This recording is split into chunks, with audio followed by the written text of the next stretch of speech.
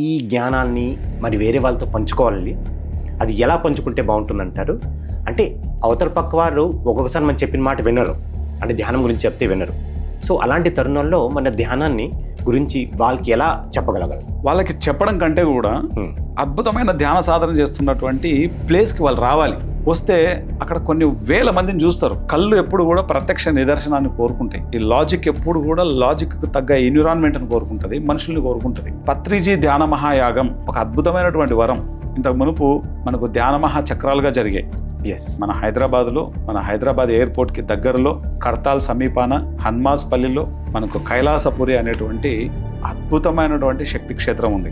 అక్కడ డిసెంబర్ 21 నుంచి డిసెంబర్ 31 వరకు అంగరంగ వైభవంగా మహా యజ్ఞం జరుగుతుంది.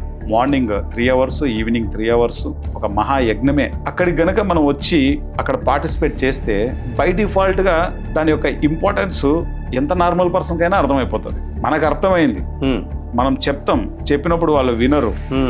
వినని వాళ్ళని ఒకసారి అక్కడ తీసుకురావాలా. తీసుకొస్తే వాళ్ళకి నువ్వు చెప్పాల్సిన అవసరం లేదు. ఇంకా వాళ్ళు ధ్యాన సాధన ప్రారంభిస్తారు. ఆ ఆత్మ ఆ స్థితిలో ఉంటే ధ్యాన సాధన ప్రారంభిస్తారు. అదర్వైజ్ ఈ జన్మలో కాకపోతే నెక్స్ట్ జన్మలో చేస్తారు.